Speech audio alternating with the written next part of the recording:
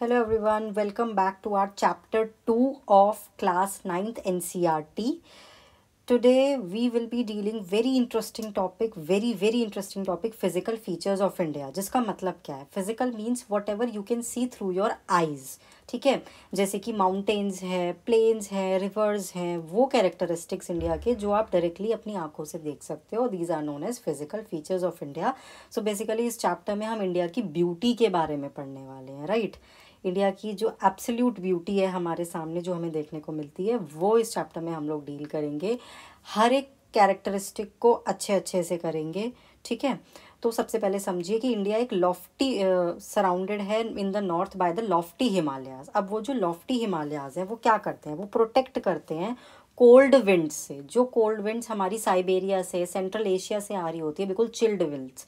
साथ ही जो हमारा हिमालयाज है वो एक बैरियर बन के खड़ा है मानसून विंड्स के लिए. जब हम चैप्टर 4 या 3 पढ़ेंगे, आपका इंडिया का क्लाइमेट पढ़ेंगे, हम देखेंगे कि जो हमारी मानसून विंड्स है ना, वो जब टकराती हैं इंडिया हिमालय से, तो वो ही है जो इंडिया में बारिश करती हैं.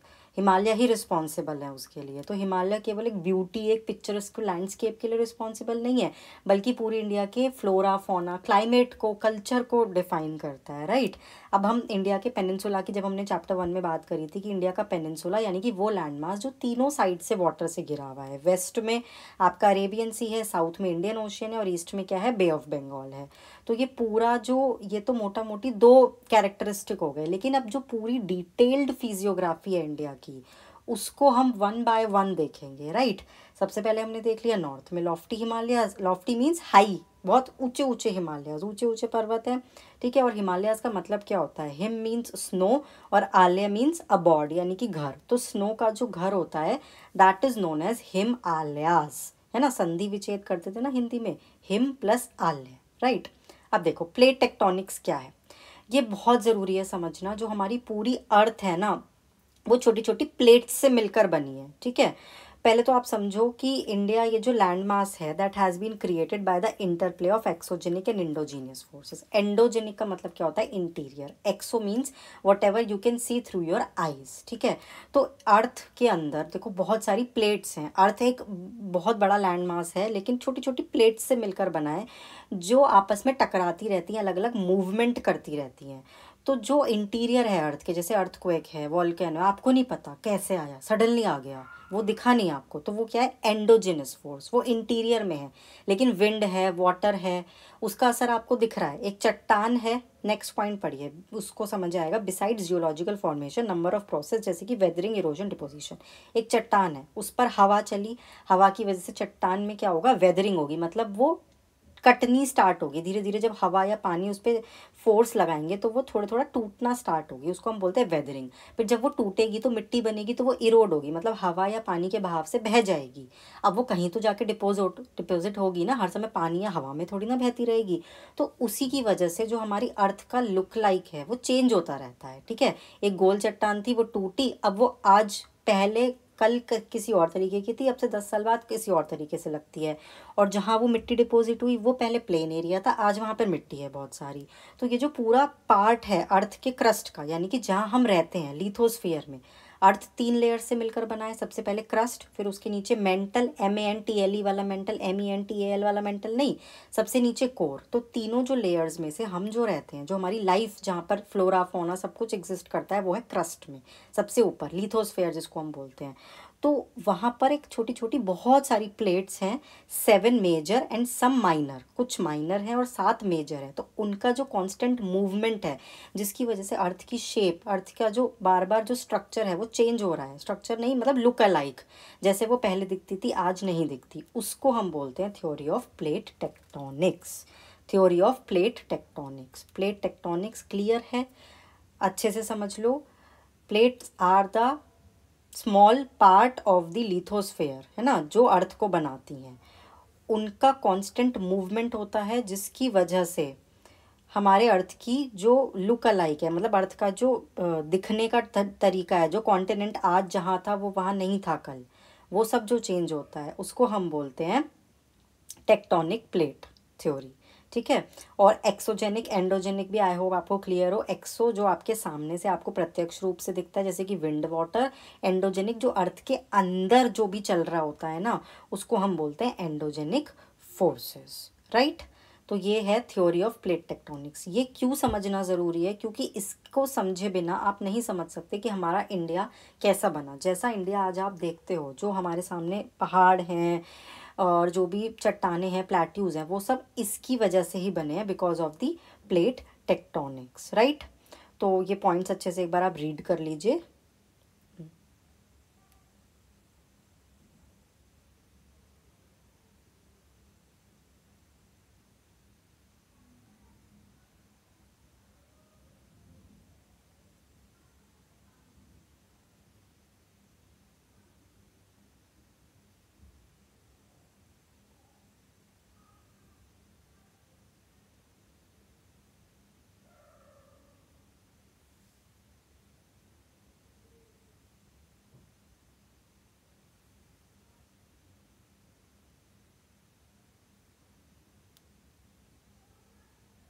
आई होप आपने ये अच्छे से रीड कर लिए होंगे।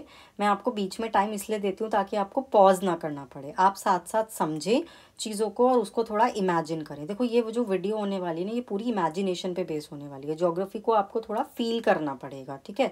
जब तक आप फील नहीं करेंगे, चीज़ों को समझेंगे नहीं, बात नहीं बनेगी। तो ये प्लेट टेक्टोनिक्स हुआ, ये पूरा ही चैप्टर बहुत इंटरेस्टिंग होने वाला है, राइट।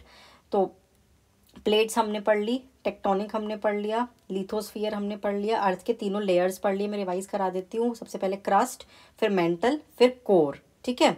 और जो भी चेंजेस होते हैं वो किस में होते हैं, क्रस्ट में होते हैं। अब ये आपके सामने स्क्रीन पर है, देखो ध्यान से, देखो बिल्कुल ध्यान से।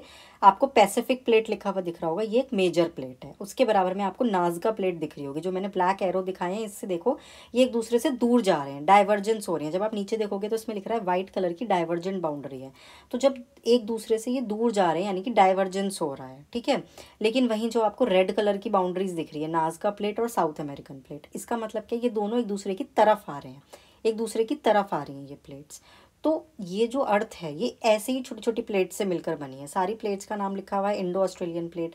तो ये प्लेट या तो आपस में कन्वर्ज होती हैं, एक दूसरे की तरफ आती हैं, या फिर एक दूसरे से दूर जाती हैं, या फिर ट्रांसफॉर्म हो जाती हैं, मतलब फिसल जाती हैं एक दूसरे को देख के। इसको ऐसे समझो कि आप अपने हाथ ले रहे हो दोनों, और एक हाथ के ऊपर दूसरा हाथ फिसला दो, तो उसमें ना तो लॉस होता है ना गेन होता है, ठीक है। ट्रांसफॉर्म का मतलब है कि एक तरीके से दो प्लेट्स का वर्टिकल मूवमेंट हो गया, आपस में एक दूसरे से टकरा के निकल गई, बच के निकल गई। जैसे दो गाड़ी आपस में चल रही हैं तो दो गाड़ी आपस में टकरा के निकल गई। अब देखो, this is the most important part of this video. Divergence का मतलब क्या होता है, आप पहले डाइवर्जेंस देखिए। पहला सर्कल देखिए लेफ्ट से, यहाँ पर आपको कॉन्स्टेंटली दिख रहा है, देखो लावा, अर्थ के नीचे क्या है, लावा मूव करता रहता है ऐसे ऐसे ऐसे, उसी लावा के ऊपर ये प्लेट्स मूव करती हैं। तो जहाँ आपको डाइवर्जेंस लिखा हुआ दिख रहा है पहले सर्कल में, जैसे लिफ्ट चलती है ना, एस्केलेटर चलता है, वैसे ही आपको प्लेट्स दिख रही होंगी।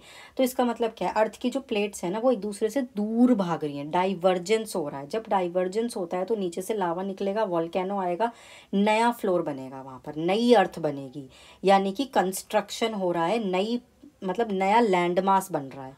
वहीं आप राइट हैंड साइड की तरफ देखिए, मैंने ग्रीन एरो से जहाँ दिखाया है, ग्रीन एरो के नीचे ध्यान से देखिए, प्लेट मूव कर रही है, प्लेट मूव कर रही है, नीचे डूब रही है। जब कन्वर्जेंस होता है मतलब दो प्लेट आपस में टकरा रही हैं, जो नीचे वाली प्लेट है जो नीचे जा रही है, ग्रीन एरो के नीचे वाली जो प्लेट है जो नीचे की तरफ मूव कर रही है, वो उसके ऊपर वाली प्लेट के अंदर धंस रही है, यानी कि दोनों आपस में टकरा रही हैं, कन्वर्जेंस हो रहा है। तो जब कन्वर्जेंस होता है तो जो पहली प्लेट है जो नीचे जा रही है उसका तो लॉस हो रहा है ना, समझ रहे हो, वो तो मेल्ट हो रही है। जब प्लेट धरती के अंदर जाके धंसेगी तो, और धरती के अंदर क्या है, अर्थ के अंदर इतना ज़्यादा हीट और प्रेशर है, इतना ज़्यादा लावा है, इतनी गर्मी है, तो प्लेट मेल्ट हो जाएगी, प्लेट मेल्ट होके डिस्ट्रक्ट हो जाएगी। तो कन्वर्जेंस में हमेशा प्लेट का डिस्ट्रक्शन होता है, आप समझ रहे हो। ये प्लेट डिस्ट्रक्ट क्यों हो रही है, क्योंकि वो धरती के अंदर जाकर क्या हो रही है, मेल्ट हो रही है। एक बार दोबारा समझो, कन्वर्जेंस का मतलब क्या है, देखो दोनों ही प्लेट आपस में एक दूसरे की तरफ मूव कर रही है, एक प्लेट अंदर जाके धंस रही है दूसरी के, तो वहाँ सर क्या हो रहा है, लावा निकल रहा है। देखो लेफ्ट वाली राइट के नीचे जा रही है, ठीक है, लेफ्ट वाली राइट के नीचे जा रही है। जो हैवियर प्लेट होती है ना हमेशा वो धंसती है, ये ध्यान रखना। कॉन्टिनेंट में जो हैवियर होगी वो नीचे जाएगी, और ओशियन कॉन्टिनेंट में हमेशा ओशियन नीचे जाएगी, वो सबडक्ट होगी। तो जब प्लेट और प्लेट सबडक्ट होंगी तो क्या होगा, लावा निकलेगा, नया लैंड मास निकलेगा, और फोल्डिंग होगी, फोल्ड माउंटेन्स बनेंगे, फोल्डिंग होगी। ये चीज़ आपको याद रखनी है। दो प्लेट आपस में कन्वर्ज हुई, एक दूसरे की तरफ आई, हमेशा एक प्लेट डिस्ट्रक्ट होगी, एक प्लेट का लॉस होगा, ठीक है, वो मेल्ट हो जाएगी क्योंकि वो धरती के अंदर जा रही है। तो उस हीट और प्रेशर से क्या होगा, वो बिल्कुल पूरी तरह से मेल्ट हो जाएगी। इसीलिए हम बोलते हैं convergence is equals to destruction of plate. नया लैंडमास नहीं बनेगा, जो बनेगा उसी के ऊपर बनेगा। दो प्लेट आपस में टकराएंगी तो फोल्ड माउंटेन्स को जन्म देंगी। कैसे, वो हम आगे आगे देखेंगे। अभी के लिए इतना समझिए, कन्वर्जेंस मीन्स दो प्लेट्स का कॉन्स्टेंटली एक दूसरे की तरफ टकराना, और एक हैवियर प्लेट का लाइटर प्लेट के नीचे सबडक्ट होना, और फिर लावा का पोर आउट होना, ठीक है। लावा तो निकलेगा क्योंकि एस्थेनोस्फीयर जो आपकी सेकंड लेयर होती है ना मेंटल वाली, वो पूरा लावा से मिलकर बना है, ठीक है। अब डाइवर्जेंस को देखिए, देखो दो प्लेट अलग हो रही हैं। जब दो प्लेट अलग होती है तो नीचे से जब लावा निकलता है तो वो ठंडा होगा। जब लावा ठंडा होगा कभी ना कभी वो मिट्टी की फॉर्म में आएगा। ये जो प्रोसेस है ये एक दिन में नहीं होगा कि आपने आज चट्टान तोड़ी और डाइवर्जेंस हो गया तुरंत अगले दिन नया, नहीं, ये मिलियंस ऑफ ईयर्स का प्रोसेस है, ठीक है।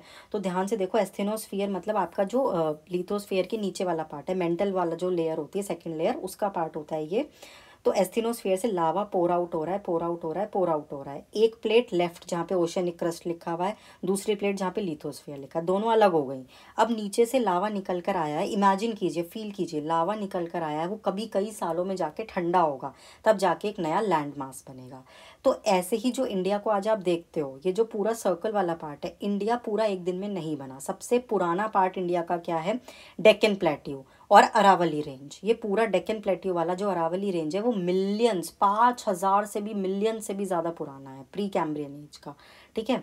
जो डेक्कन प्लेट्यू था वो सबसे पहले बना इंडिया में। उससे पहले हिमालय, ये प्लेन कुछ नहीं थे, सिर्फ और सिर्फ एक प्लेट थी जो कि पार्ट है किसका, गोंडवाना लैंड का। अभी के लिए गोंडवाना लैंड समझो, आगे आगे सब समझाऊंगी। गोंडवाना लैंड का मतलब है जिसमें India, Australia, south Africa, south America, ये पूरा एक मास था। आप समझ रहे हो, यानी कि India, Australia, south Africa, south America, ये कभी एक, सिर्फ एक लैंड मास हुआ करते थे। और आज देखो इंडिया से साउथ अमेरिका कितना दूर है ना, साउथ अफ्रीका ही कितना दूर है, ऑस्ट्रेलिया कितना दूर है। तो ये जो पेनिनसुला पार्ट आपको दिख रहा है आज, ये क्या है, ओल्डेस्ट पार्ट है इंडिया का, और ये किसका पार्ट था, गोंडवाना लैंड का। अब गोंडवाना लैंड क्या है समझते हैं। सबसे पहली इमेज को देखिए, जब धरती कई मिलियन ईयर्स पहले ऐसी थी, ये पूरा एक लैंड मास था जिसको हम बोलते थे पेंजिया, और जो ओशियन बॉडी है पूरी ये थी पैंथलासा। फिर ऐसे ही प्लेट टेक्टोनिक्स हुए। प्लेट टेक्टोनिक्स का मतलब प्लेट मूव हुई, इसीलिए कॉन्टिनेंट्स ने ड्रिफ्ट किया। कॉन्टिनेंटल ड्रिफ्ट का मतलब क्या है, कॉन्टिनेंट ड्रिफ्ट, ड्रिफ्ट मतलब स्लो मूवमेंट। कॉन्टिनेंट्स का धीरे धीरे स्लो स्लो मूवमेंट हुआ, है ना। देखो कितना मूवमेंट हुआ कि नेक्स्ट पिक्चर में आपने देखा कि नॉर्थ अमेरिका और यूरेशिया अलग हो गए, जिसको हमने लॉरेशिया बोला, और फिर गोंडवाना नीचे रह गया।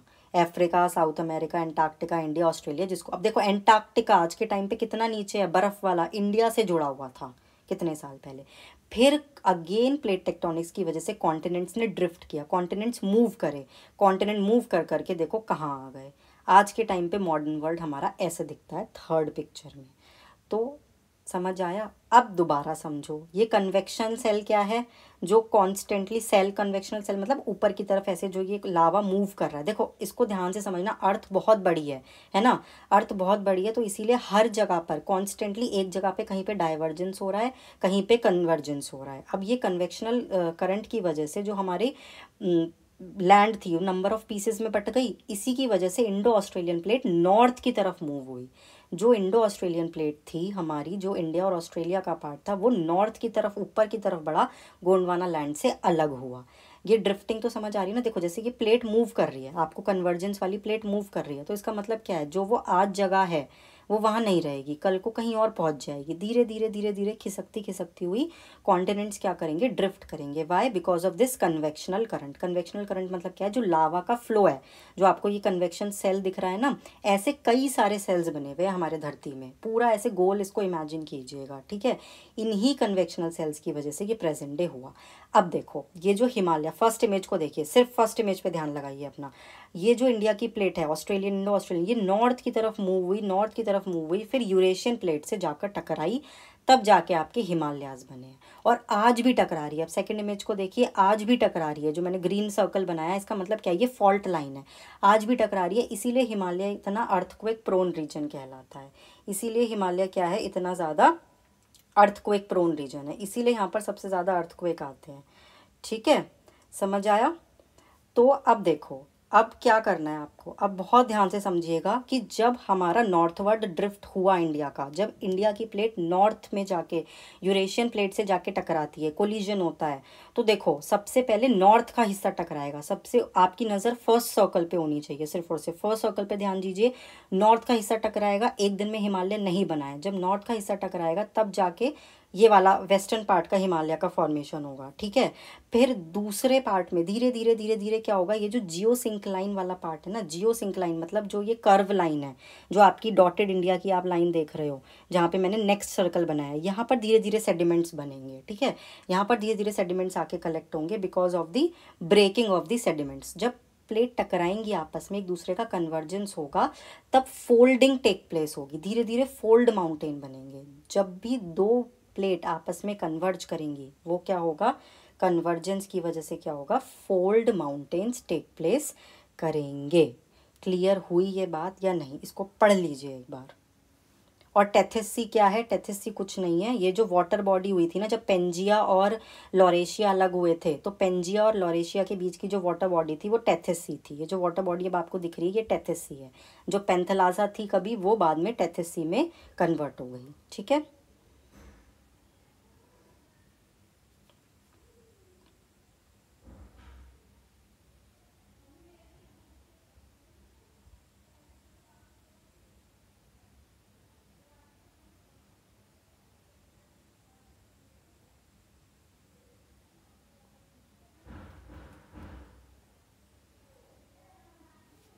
एक चीज़ और समझ लीजिए, ओशन ओशन जब टकराते हैं, बेसिकली हिमालय का फॉर्मेशन दो तरीके कोलिजन से हुआ है। जब इंडिया प्लेट मूव कर रही थी ना, तो जो ओशन वाली बॉडी थी टेथिस सी वाली, वो उससे भी टकराई। ठीक है, फिर डबल सेंटिमेंट्स हुए, सेडिमेंट्स हुए, एक बार कोलिजन हुआ, फिर जब टेथिस सी और इंडिया प्लेट एक हो गई, वो जाके दोबारा यूरेशियन प्लेट से टकराई। तो इसीलिए इंडिया में बहुत सारी फॉल्ट लाइंस हैं। यहाँ पर हिमालय रीजन में सबसे ज़्यादा फॉल्ट लाइंस है। यही वजह है कि आपको सबसे ज़्यादा केसेस सुनने को मिलते हैं। जोशीमठ के सबसिडेंस हो रहा है कभी, है ना, सुना था ना भी थोड़े दिन पहले, टर्की में अर्थक्वेक आया था। क्यों आया था? क्योंकि टर्की भी ऐसी जगह पे लोकेट है जो फॉल्ट लाइन पर होती है। फॉल्ट लाइन का मतलब समझते हैं, जहाँ पर दो प्लेट्स आपस में टकराती हैं, उसको हम बोलते हैं फॉल्ट लाइन। वहाँ पर हमेशा कुछ ना कुछ ऐसी एक्टिविटी होती रहेगी, क्योंकि प्लेट्स हमेशा मूव करती रहती हैं। तो हिमालय की डबल हाइट इसलिए बढ़ गई क्योंकि दो बार कोलिजन हुआ है, इसीलिए हिमालय इतने ऊंचे हैं, 8,000 मीटर। कहीं पूरी दुनिया में तो कहीं भी नहीं है। रॉकीज़ है, एंडीज़ है, और भी बहुत सारे माउंटेन्स है, फोल्ड माउंटेन्स, लेकिन इतनी ग्रेट हाइट हिमालय की क्यों है? क्योंकि दो बार कोलिजन हुआ है, पहले इंडियन प्लेट और टेथिस थी, फिर उसके बाद जब वो हो गया, फिर फाइनली यूरेशियन प्लेट में जाके जब वो फोल्ड हुई है। तो इसीलिए टेथिस सी वाले जो पार्ट है ना, वो जो उसके सेडिमेंट्स मिलकर जो बने हैं। In this video, we will be studying how folding actually takes place. See, it is a tectonic plate, consider it tectonic plate. मेरे लेफ्ट साइड की फिंगर्स को देखिए कि एक फोर्स इधर से लग रही है, ठीक है, एक फोर्स इधर से लग रही है कॉन्स्टेंटली, दूसरी फोर्स इधर से लग रही है, दोनों तरफ से कंप्रेशन हो रहा है, लेफ्ट से भी और राइट से भी कॉन्स्टेंटली कंप्रेशन हो रहा है। तो ये आपको क्या दिखाई दे रहा है? फोल्डिंग दिखाई दे रहा है या नहीं? This is how our plates converge towards each other and form folding mountains. आपने देख लिया फोल्डिंग माउंटेन कैसे होता है, कन्वर्जेंस कैसे होता है। आई होप कि इसमें आपको कोई कन्फ्यूजन नहीं होगी। This is how are modern day look like. India हमारी अर्थ जैसे दिखती है। अब हम फाइनली पढ़ेंगे हिमालयाज को। देखो, अगर जियोलॉजी के पॉइंट ऑफ व्यू से देखें, हिमालय एक अनस्टेबल जोन है। क्यों है अनस्टेबल जोन?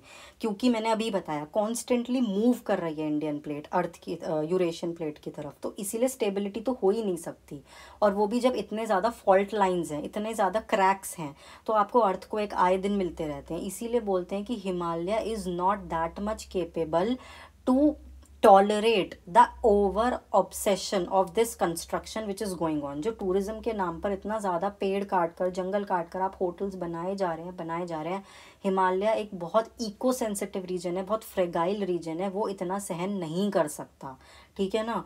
तो इसीलिए क्योंकि वो बहुत ही अनस्टेबल जोन है, कॉन्स्टेंटली वहाँ पर मूवमेंट है प्लेट का, तो उसको प्लीज़ कंजर्व करके रखिए। जो होल माउंटेन सिस्टम है उसमें पूरी ही यूथफुल टॉपोग्राफी है। यूथफुल का मतलब क्या है, देखो पूरा ही न्यू बना है। पहले हिमालय बना, फिर ग्लेशियर्स आए, फिर उनसे मेल्ट आकर सुंदर सुंदर सी नदियाँ आई हमारी, है ना। हम देखते हैं कि मंदाकिनी आती है इधर से, धौली, मतलब बहुत सुंदर सुंदर रिवर्स आती हैं। तो वो सब पूरा यंग टॉपोग्राफी है, कुछ भी पुराना नहीं है। अगर आपको टाइम स्केल समझना है, जियोलॉजिकल टाइम स्केल, जो लोग नए हैं वो हिस्ट्री की पहली वीडियो में, जो हमारी हिस्टोरिकल हिस्ट्री की सीरीज़ है, उस वीडियो में जाकर समझ सकते हैं। वो टाइम स्केल मैंने पूरा समझाया, उसमें प्री कैम्ब्रियन, सेनोजोइक, मिसोजोइक। तो हिमालयाज़ क्या हैं, सबसे यंग वाले हैं। और उसके भी बाद क्वाटरनरी पीरियड के बाद, मतलब जो सबसे लास्ट में है वो नदन प्लेन्स बने हैं, वो हिमालयाज़ के भी बाद बने हैं, ठीक है। तो हिमालय पूरा यूथ है, बहुत जवान है, अभी हमारा नया लड़का है। टॉपोग्राफी का मतलब क्या होता है, हमारा लैंड मास कैसा है, हमारी रिवर कैसी है, हमारा लैंड कैसा है। और सबसे ज़्यादा हाईएस्ट पीक यहाँ पाई जाती हैं।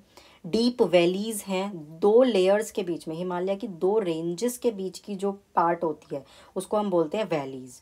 और fast flowing river, extremely gushing river है। रिवर भी बहुत यंग है, क्यों है, क्योंकि इतना हाइट से जब कोई चीज़ गिरेगी तो वो अंडर हाई प्रेशर गिरेगी। हिमालय की हाइट देखिए, उस पर स्नो के ग्लेशियर्स हैं, वो मेल्ट होते हैं, उससे नदियाँ बनती हैं, लेकिन हाइट देखिए जिस हाइट से वो गिरती हैं, इसीलिए इतना ज़्यादा फास्ट फ्लो है हमारे हिमालयाज़ का। और बहुत ही ब्यूटीफुल जगह है हिमालय।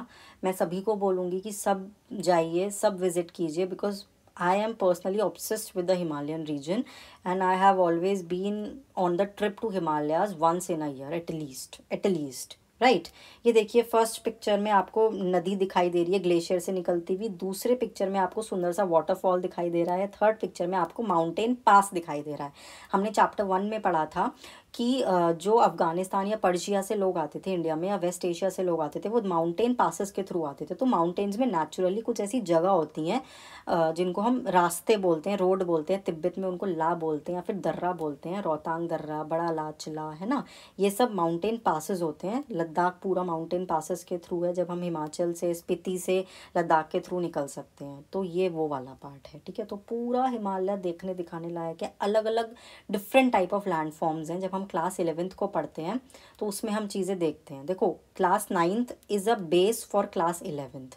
ये पूरा 9th क्लास का जो भी पार्ट है ना, ये पूरा बेस बनाएगा आपका क्लास 11th का। अब हिमालय का वो देखिए आप, कैटेगराइजेशन। वेस्टर्न हिमालयाज देखिए, दो states, Uttarakhand and Himachal, and Jammu and Kashmir is और यूटी। फिर ईस्टर्न हिमालयाज है सिक्किम, असम, अरुणाचल, नागालैंड, मणिपुर, मिजोरम। वेस्टर्न की खास बात क्या है, सबसे ज़्यादा हाईएस्ट पीक आपको वहीं देखने को मिलेंगी। और ईस्टर्न में इतनी ज़्यादा हाईएस्ट पीक नहीं है, सिवाय सिक्किम कंचनजंगा के, जो कि one of the highest peak मानी जाती है इंडिया के। लेकिन वेस्टर्न हिमालयाज काफ़ी ब्रॉड भी रहते हैं, काफ़ी वाइड भी रहते हैं, इसीलिए उनमें मतलब वहाँ के जो पिक्चर्स हैं, जो भी वहाँ की टोपोग्राफी है, वो काफ़ी रग्ड रहती है, ठीक है। अगर हम जियोलॉजी की बात करें, अगेन टाइम स्केल के हिसाब से हिमालय बहुत यंग हैं। और स्ट्रक्चरली कैसे हैं, फोल्ड माउंटेन्स हैं, ठीक है। माउंटेन्स भी कई तरह के होते हैं, फोल्ड, ब्लॉक, है ना, ये हम पढ़ते हैं 7th क्लास में। तो हम हिमालयाज़ की टाइप क्या है, फोल्ड माउंटेन्स हैं। क्यों बने हैं फोल्ड माउंटेन्स, क्योंकि दो प्लेट का कन्वर्जेंस हो रहा है। This is the main important point you have to remember. Indian plate and Eurasian plate constantly क्या कर रही है, कन्वर्ज कर रही है एक दूसरे से। दैट इज़ वाई स्ट्रक्चरली कैसे हैं, वो फोल्डेड हैं, राइट। फोल्ड माउंटेन्स कैसे होते हैं ये हम आपको ऑलरेडी दिखा चुके हैं।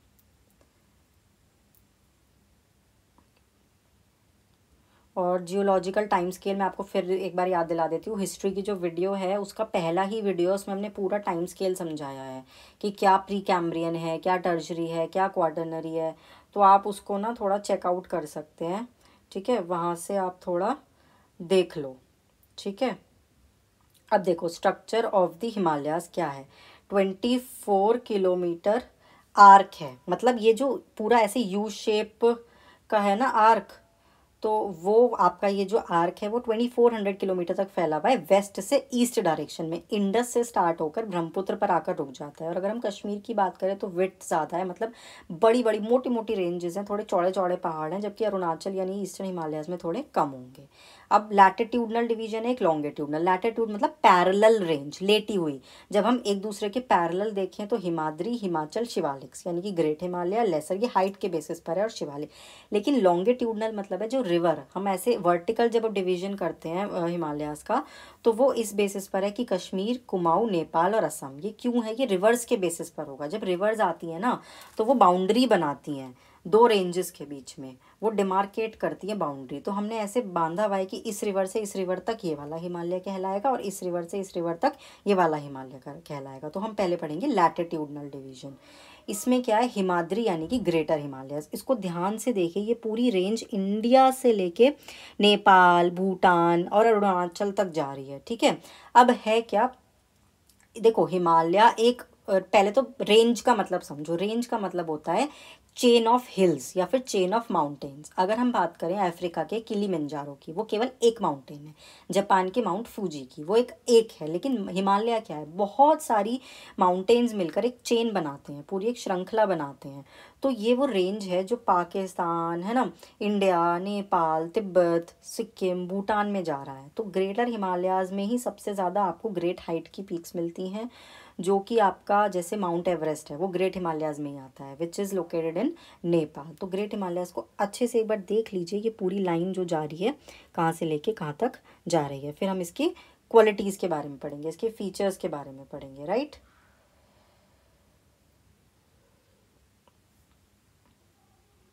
थोड़ा ऑब्जर्व कर लो, अच्छे से ऑब्जर्व करो।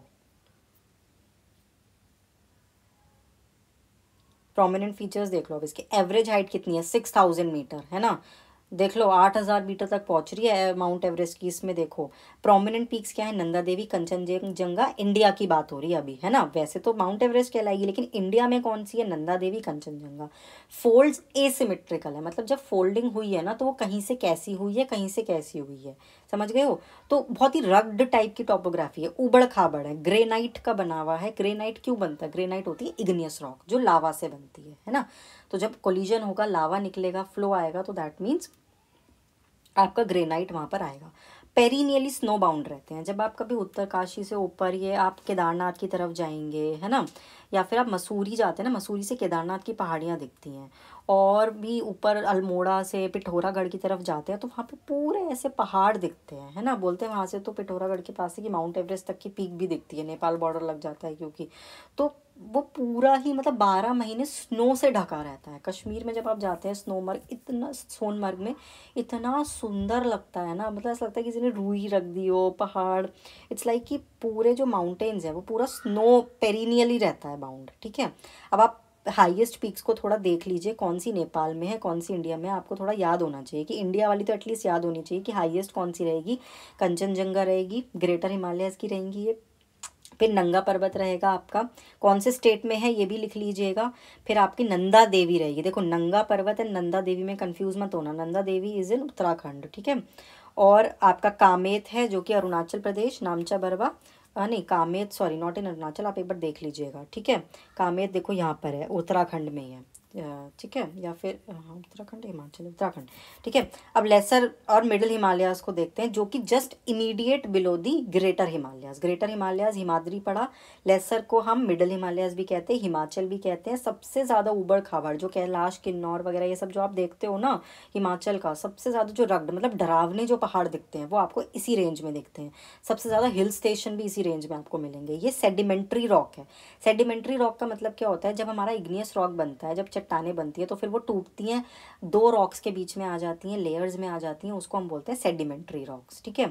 और ऑल्टर्ड क्यों है? देखो अंडर हीट एंड प्रेशर जब वो आके दबती हैं एक दूसरे के नीचे, तो बहुत ज़्यादा हीट से, प्रेशर से कई सालों में उनमें मिनरल जो उनका कॉम्पोजिशन होता है वो पूरी तरह से चेंज हो जाता है। इसीलिए उनके मिनरल कॉम्पोजिशन में इतना ज़्यादा चेंजेस आ जाता है। That is why they are altered under the great heat and pressure. इसको हम बोलते हैं मेटामॉर्फिक रॉक। रॉक साइकिल पढ़ी होगी जिसने भी, नहीं पढ़ी तो कमेंट सेक्शन में बता दो, रॉक साइकिल पे भी एक वीडियो बना देंगे। Altitude is your 3700 to 4500 metre, इतना रहेगा। एवरेज वेट 150 रहेगी। पीर पंजल इसकी सबसे लॉन्गेस्ट रेंज रहेगी, जो कि एक स्टेट हिमाचल प्रदेश और union territory Jammu and Kashmir में देखने को मिलती है। फेमस रेंज कौन सी रहेगी? धौलाधर। अगर आपको याद हो, लॉकडाउन में हरभजन सिंह ने ट्वीट किया था कि उनके वो आई थिंक जालंधर रहते हैं, पंजाब में रहते हैं, बोल रहे थे मुझे वहाँ से अपने घर से इतना पोल्यूशन क्लियर हो गया था कि धौलाधर की पहाड़ियाँ दिख रही थी। तो धौलाधर बेसिकली हिमाचल में आता है। महाभारत रेंज भी इसी की है, लेकिन इंडिया में नहीं है। महाभारत रेंज कहाँ पर है? नेपाल में है। और जो आपको वैलीज़ देखने को मिलती हैं, Kashmir valley, Kullu valley, Kangra valley, ये जो स्पेशल वैलीज़ हैं, ये सब किस में रहेंगी? आपकी लेसर हिमालयाज़ और ग्रेटर हिमालयाज़ के बीच में रहेंगी। वैली का मतलब क्या है? देखो, दो रेंज, एक पहाड़, उसके बीच में दो पहाड़। इमेजिन करो, जब हम सीनरी बनाते थे ना, ऐसे वी बनाते थे माउंटेन, तो वो जो दो माउंटेन के बीच का जो पार्ट है वो वैली रीजन ही होता है। तो इस लेसर यानी मिडल हिमालय यानी कि हिमाचल और हिमाद्री यानी ग्रेटर हिमालय के बीच की जो वैलीज रहेंगी वो कश्मीर, कुल्लू और कांगड़ा वैली रहेंगी। ठीक है, ये थोड़ा आपको याद रखना है। ये फीचर्स किसके हैं? लेसर हिमालयाज, मिडल हिमालयाज और Himachal. Don't get confuse between anything. और इसका वो देख लो जरा, रेंज कहाँ से कहाँ तक जा रही है ये। Now the third and the last, Shivaliks और द आउटर हिमालयाज। बहुत छोटे छोटे पहाड़ होते हैं ये। मैं पर्सनली बहुत ज़्यादा इनसे मतलब वाकिफ़ हूँ, क्योंकि हर साल मसूरी या हरिद्वार का एक चक्कर ज़रूर लगता है। ठीक है, तो जब मसूरी जाते हैं ना, और मसूरी से जब चढ़ाई मतलब ख़त्म होती है, या फिर you can say that Mussoorie से जब वापस आते हैं तो हम देहरादून की तरफ आते हैं। देहरादून के बाद सहारनपुर वाला जो एरिया पड़ता है, यूपी और उत्तराखंड का जो बॉर्डर एरिया है, वहाँ पर ना छोटे छोटे पहाड़ होते हैं और ऐसे बड़े बड़े पत्थर चट्टानों वाले, जो भाबर बेल्ट है पूरी। कहते हैं कि जब रिवर्स देखो, माउंटेन से रिवर्स बहकर आती हैं, वो अपने साथ बहुत बड़ी बड़ी चट्टानें लेकर आती हैं, पूरा एलुवियम डिपॉजिट लेकर आती हैं, बड़े बड़े मोटे मोटे पत्थर। वो ये एरिया है शिवालिक्स वाला, है ना। जब हम देहरादून से नीचे की तरफ, जो देहरादून चंडीगढ़ वाला जो एरिया है, बड़े बड़े चट्टानों वाला, ये पूरा वो एरिया है। मतलब आई वुड सजेस्ट कि जब आप ज्योग्राफी कहीं भी आप जाते हैं ना, पूरी इंडिया में आप कहीं भी जाइए, बेहतर आप एमपी में रहिए, आप महाराष्ट्र में रहिए, है ना, किसी भी दुनिया के कोने में रहिए, इंडिया के कोने में रहिए, आप वहाँ की ज्योग्राफी को रिलेट करिए, है ना। क्योंकि पर्सनली मेरा ये एक्सपीरियंस है, मैं बहुत ज़्यादा रिलेट करती हूँ। कहीं भी जाती हूँ तो उसको पूरा इमेजिन करने लग जाती हूँ। जब आप शिवालिक बेल्ट या आउटर हिमालयाज को देखते हैं तो उनका ऑल्टीट्यूड बहुत कम दिखेगा आपको, मतलब अपने आप ही पता चल जाएगा। कभी आप ऋषिकेश जाएंगे ना, थोड़ा देखेंगे तो वो अपने आप ही आपको पता चल जाएगा वो एरिया। इनकी विड्थ भी कम रहती है, 150 मीटर रहेगी। 150 ही अराउंड एवरेज हमने उनमें पड़ी थी, हिमाचल वालों में। अब ये अनकंसोलिडेटेड सेडिमेंट से मिलकर बने हैं, जो कि कौन लाती है? Himalayan reverse. हमने आपको बताया रिवर्स आती हैं बहकर, वो अपने साथ बड़ी बड़ी चट्टानें लेकर आती हैं। तो वो चट्टानें जो कलेक्ट हो जाती हैं, उनसे ही वो पहाड़ बनते हैं, उन्हीं को हम बोलते हैं शिवालिक्स। अब वो जो शिवालिक है ना, लास्ट वाला पॉइंट पढ़िए पहले, latitudinal valley between lesser Himalaya and Shivaliks. देखो, लैटिट्यूडनल मतलब वो जो वैली, पूरा जो खाली हिस्सा है, जो वैक्यूम जो क्रिएट हुआ है दो रेंजेस के बीच में, उनको हम बोलेंगे दून्स। देखो, उधर हमने वैली पढ़ी कुल्लू कांगड़ा कश्मीर, इधर हम पढ़ रहे हैं दून्स। ऐसे ही असम में हम पढ़ेंगे द्वार्स, प्लेन्स जब पढ़ेंगे। ठीक है, तो दून्स वो रीजन है जो शिवालिक यानी कि सबसे लोएस्ट हिमालयाज और मिडल हिमालयाज, हिमाचल के बीच का रीजन है। उसमें हमारे पास देहरादून आ गया, कोटली दून आ गया, पतली दून आ गया। अब ये वो रीजन है पूरा, मतलब मेरा ये फेवरेट पार्ट है, पता नहीं क्यों। क्योंकि जब हम हाइट की तरफ बढ़ते हैं, जब जैसे हम देहरादून से मसूरी की तरफ जाते हैं ना, तो अलग ही आपको सब कुछ दिखता है। आपको एक्चुअल में पूरी ज्योग्राफी रिवाइज हो जाती है कि अच्छा हाँ, ये भाबर बेल्ट थी, अब ये शिवालिक्स आ गए, छोटे छोटे पहाड़ आ गए चंडीगढ़ वाले, देहरादून वाले। अब आप जाओगे मसूरी की तरफ, वो हो गया आपका लेसर हिमालयाज। ठीक है, फिर उस मसूरी से जब आप मॉल रोड से देहरादून को देखते हो, वो पूरी वैली दिखती है आपको। वो जो देहरादून की वैली है ना, वो एक्चुअल में आपको दिखती है। फिर आपको समझ आता है कि अच्छा, मैं एक हाइट पे खड़ी हूँ। कहाँ खड़ी हूँ मैं अभी खड़ा हूँ आपके लेसर हिमालयाज पे, और उधर पार क्या है? शिवालिक से आउटर हिमालयाज, और बीच में क्या है? ये देहरादून सिटी है, ये पूरा वैली रीजन है। तो वो जो एक ज्योग्राफी जो आप जी लेने वाली चीज़ होती है ना, वो आप जी लेते हो इन शिवालिक्स वाले एरिया में या कहीं भी। तो आई वुड सजेस्ट आप ज्योग्राफी को बर्डन की तरह ना लें, एक मतलब इंटरेस्टिंग सब्जेक्ट की तरह लें। जहाँ बात ज्योग्राफी की आती है, जहाँ बात इंडिया की मैप की आती है, आई बिकम ओवर इमोशनल, और आई कैन से दैट। तो you can just feel the Himalayas. अब एक बार इसका रीडिंग कर लीजिए और शिवालिक्स की रेंज देख लीजिए कहाँ से कहाँ तक जा रही है। ठीक है, पॉज करके देख लीजिएगा। लॉन्गिट्यूडनल डिवीजन देख लो, अब लैटिट्यूडनल हमने पढ़ लिया। लॉन्गिट्यूडनल में कुछ नहीं है, रिवर्स हैं, रिवर्स के बेसिस पे आपने बांटा हुआ है। 4 तरह के हैं, पंजाब हिमालयाज या फिर कश्मीर हिमालयाज, कुमाऊं हिमालयाज, नेपाल हिमालयाज और असम हिमालयाज। ठीक है, ये चारों का आपको रट्टा लगाना है। अब ये बेसिकली होता क्या है, ये रीजनल डिवीजन है, मतलब ये एक तरीके से ना कल्चर को बांधता है। जैसे पंजाब हिमालयाज, कश्मीर हिमालयाज के लोगों में आप देखोगे इसमें हिमाचल का पार्ट आ जाता है, और पंजाब में हिमालयाज नहीं है, पंजाब में पहाड़ नहीं है। लेकिन जब आप चंडीगढ़ या पंजाब जाएंगे ना, चंडीगढ़ पंजाब और हरियाणा के बॉर्डर पे है, तो वहाँ से ही आपको थोड़ा सा आगे जाके पंचकुला से पहाड़ियाँ दिखने शुरू हो जाती हैं, वो पूरा पहाड़ जो आपको दिखने लगता है। ठीक है, Punjab is a plain area. अब जो रीजनल डिवीजन है मैंने आपको बता दिया ऑलरेडी, इंडस और सतलज के बीच में पंजाब हिमालय, ये कल्चर है एक। जैसे कि यहाँ वाले पंजाब हिमालय में राजमा बहुत फेमस है, कश्मीर हो, हिमाचल हो, राजमा मद्रा, पंजाब के लोग राजमा खाते हैं। ऐसे ही कुमाऊं रीजन है सतलज और काली नदी के बीच में। जो पूरा उत्तराखंड है ना, वो 2 पार्ट में डिवाइड है, गढ़वाल और कुमायूं। कुमायूं पिथौरागढ़ अल्मोड़ा वाला नैनीताल वाला पार्ट है, और जो उत्तरकाशी और ये हरिद्वार, ये ऊपर ऋषिकेश देखते हो, ये गढ़वाल है, टिहरी वाला। ठीक है, तो काली रिवर अगेन एक डिस्प्यूटेड एरिया है, डिस्प्यूटेड रिवर है बिटवीन इंडिया एंड नेपाल। अब काली और तीस्ता के बीच का जो रीजन है वो नेपाल हिमालयाज में आ जाता है। फिर तीस्ता और ब्रह्मपुत्र के बीच का आ जाता है असम हिमालयाज। हमने बिल्कुल फर्स्ट स्लाइड में पढ़ा था, मतलब जब हिमालय का इंट्रोडक्शन पढ़ा था, इंडस से शुरू होकर ब्रह्मपुत्र पर आकर खत्म हो जाती है। This is the western to eastern stretch of Himalayas. This was all about of your great Himalayas. ठीक है, अब थोड़ा सा एक बार नॉर्थ ईस्ट की तरफ भी चलेंगे, थोड़ा नॉर्थ ईस्ट को भी स्टडी करेंगे। लेकिन नॉर्थ ईस्ट का फॉर्मेशन कैसे हुआ है वो हमने इस वीडियो में नहीं बताया है। क्यों?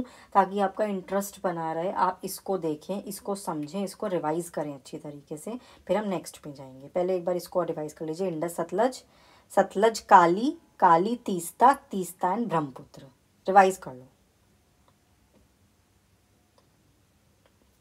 अब इसको देख लो जरा, ब्रह्मपुत्र ईस्टर्न मोस्ट बाउंड्री है, बता दिया। अब ये जो एरो दिखाया है ना आपको ग्रीन, इसको ध्यान से देखो, इसके नीचे लिखा है सांगपो रिवर। सांगपो रिवर क्या है? ब्रह्मपुत्र रिवर है, जिसका तिब्बतन नेम है सांगपो।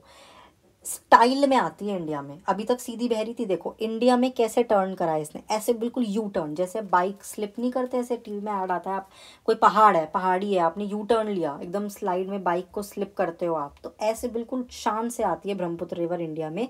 तो जब वो आती है ना, तो गॉर्ज बनाती है। गॉर्ज का मतलब पता है क्या होता है? एक बड़ी सी चट्टान है, उसको रिवर ने इरोड कर दिया, बीच में से फाड़ दिया। ठीक है, तो जो 2 चट्टान बन गई, बीच में से नदी जा रही है, वो गॉर्ज और कैनियन का रूप ले लेती है। तो वो दिहांग जॉर्ज जो कि ब्रह्मपुत्र रिवर में बनता है अरुणाचल प्रदेश में, सुंदर सा, बहुत सुंदर जगह है वो।